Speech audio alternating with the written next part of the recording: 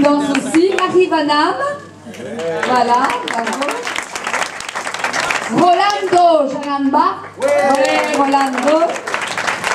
Christian Magérus, que j'ai vu. Est-ce qu'il y a d'autres amis de la région présents? Travail pour le bilan. C'est assez simple. Avec Marie-Caroline, nous avons mis la journée Afrique à l'agenda du bureau politique du Parti socialiste. Nous avons fait rapport devant tous nos camarades, devant tous nos amis, des attentes. Et nous avons donné des ordres de mission. Et donc grâce à ça, je crois qu'aujourd'hui, nous allons pouvoir vous démontrer comment ça a bougé parfois fort, certainement d'une manière encore insatisfaisante, d'abord parce qu'on ne peut pas tout faire en un an, et puis parce qu'on n'a pas toutes les compétences, mais nous avons eu véritablement à cœur de répondre aux attentes et de tendre la main. Donc moi, je me tiens à vous dire cela. 1, chaque année, il y aura une journée Afrique. 2, micro. Ceux qui n'auront pas pu poser la question, je les invite vraiment à aller en atelier, s'il vous plaît. Merci pour votre compréhension. C'est Cheikh Fita pour le journal en ligne, Info en ligne des Congolais de Belgique. J'ai une question pour monsieur de la coopération. Malheureusement, le PS n'a pas les affaires étrangères dans ses attributions, mais bon, et on va faire avec. Vous avez parlé développement, pas de développement sans démocratie. Et vous savez ce qui se passe en RD Congo, où on s'apprête à forcer un peu la constitution, etc. etc. Et j'aimerais savoir qu'est-ce que le PS prévoit pour ne serait-ce que soutenir la société civile en RD Congo afin qu'elle puisse battre campagne pour une meilleure éducation à la citoyenneté et de telle sorte que le citoyen puisse être en mesure de résister à la vague que la mouvance présidentielle prépare par rapport aux échéances à venir. Merci. Monsieur le ministre. Mais votre question est très importante, évidemment. Donc, dans les projets qui sont soutenus par la coopération au développement, il y a des projets qui soutiennent la société civile. Il n'y a pas de démocratie, il n'y a pas d'état de droit sans société civile. Et donc ça, c'est un point qui pour nous est extrêmement important. Je dirais qu'il y a deux choses sur lesquelles on ne peut rien lâcher. Ce sont d'une part les droits de l'homme, dont la société civile, mais aussi la gouvernance, et dont la lutte contre la corruption.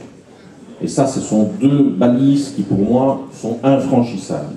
Et donc, à chaque fois qu'on a l'occasion de le faire, et c'est vrai, vous avez évoqué le ministre des Affaires étrangères, c'est aussi à lui, évidemment, à le faire dans les attributions qui sont les siennes, nous le faisons. Nous soutenons la société civile, on a soutenu aussi un certain nombre de projets qui ont vu le jour en RDC.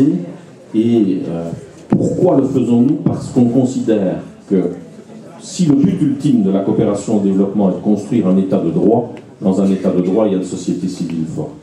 Et c'est aussi la raison pour laquelle, dans les secteurs d'activité qui sont les nôtres, généralement, il y a la santé, et je suis très heureux de dire que la santé va revenir en République démocratique du Congo dans les secteurs qui étaient les siens, qu'elle n'aurait jamais d'ailleurs dû quitter, mais on sait pourquoi. C'est un ministre libéral qui s'occupe de réforme fiscale aujourd'hui, qui l'a enlevé d'ailleurs en République démocratique du Congo, mais il y a aussi la formation, et notamment la formation professionnelle. Et donc c'est au travers de tout ce soutien que la Belgique peut apporter à la société civile, à l'éducation, que nous pouvons évidemment amener les pays à évoluer sur le chemin de la démocratie. Mais je veux vous dire, il y a un point aussi, moi je n'ai pas pour habitude de stigmatiser ou de venir donner des leçons.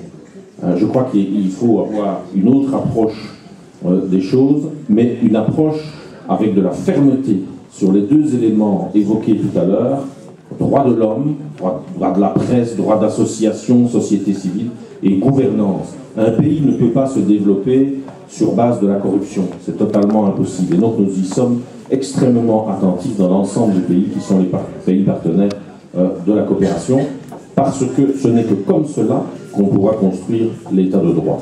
Je vous remercie. Merci infiniment, M. Jean-Pascal Abibar. Madame Laurette Onkelix, vous venez d'assister à la journée Afrique organisée par le PS. Votre impression? Alors d'abord, je suis vraiment très heureuse parce que cela connaît un grand succès. Il y a beaucoup d'hommes, de femmes qui sont présents. et qui sont présents non seulement pour le bonheur d'être ensemble, mais aussi pour travailler sur des questions qui concernent l'emploi, le logement, qui concernent la santé ou la coopération au développement. Par exemple, nous essayons ensemble de trouver des solutions aux problèmes que vivent au quotidien beaucoup de nos compatriotes. Vous savez que les belles origines africaines sont malgré eux poursuivies par le problème de leur pays d'origine en matière de démocratie. Vous avez un petit mot à dire là-dessus? Je crois que Jean-Pascal Laby, le ministre de la Coopération au Développement, a dit que plus que jamais, il fallait soutenir toutes les transitions démocratiques et qu'il fallait le faire avec la diaspora. Et donc je crois que c'est important que, quelle que soit votre origine, vous puissiez vous investir dans le soutien de la Belgique en coopération au développement qui se fait sur le plan social, sur le plan économique, mais aussi sur le plan des droits politiques. Merci.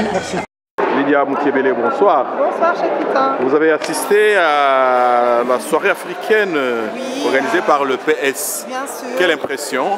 Mais je pense que ça montre que c'est un parti qui s'intéresse aux Africains. C'est la 3e édition de la journée africaine. On le fait en période électorale, en période non électorale, parce qu'on est préoccupé par la communauté subsaharienne. Et le PS, c'est un parti qui encourage la mixité culturelle. Et donc voilà, moi j'invite notre communauté à voter pour nous, les candidats sur la liste PS, à choisir un parti qui va s'occuper de leurs intérêts. Donc le 25 mai, s'il vous plaît, ne nous oubliez pas. Voilà. Ok.